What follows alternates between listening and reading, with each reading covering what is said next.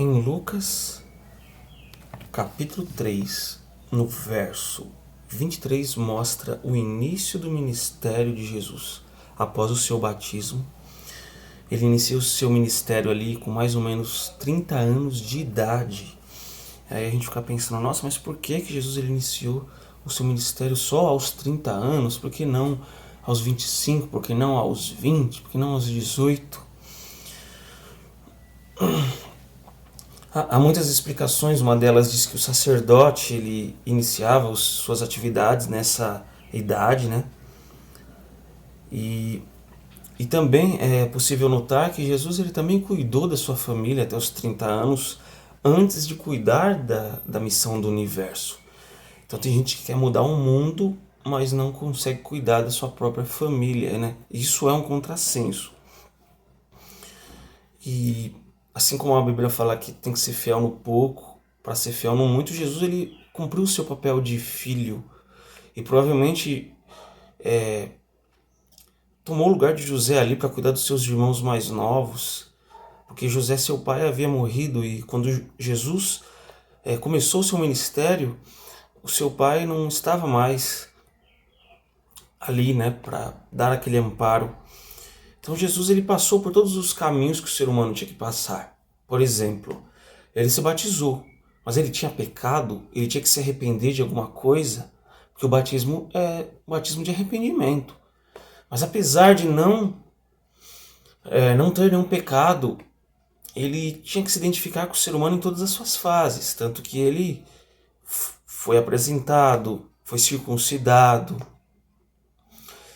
e tudo mais. Então, para se identificar com o ser humano, ele tinha que calçar os sapatos, vamos dizer, do ser humano e viver todos os processos que um homem, até mesmo pecador, tinha que viver, até porque ele mesmo se fez pecado por nós. Ele tomou, apesar de não ter pecado, ele tomou os pecados das pessoas sobre ele mesmo.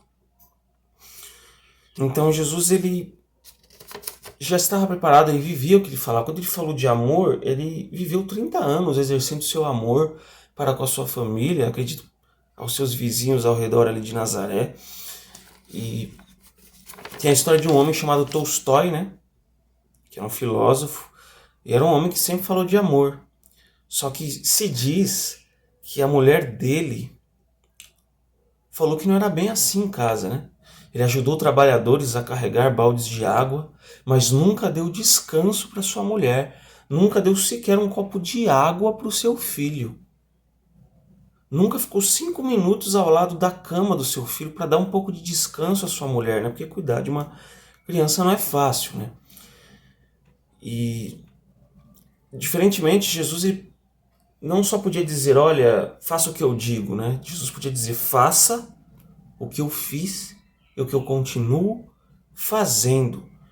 E Jesus, nesses 30 anos aí, antes de entrar no seu ministério, ele trabalhou na profissão do seu pai e ele conheceu os problemas e dinâmicas do trabalho, do operário ali, na sua insegurança de ganhar o seu dinheiro, os impostos nas costas, os clientes que dão golpe nas outras pessoas.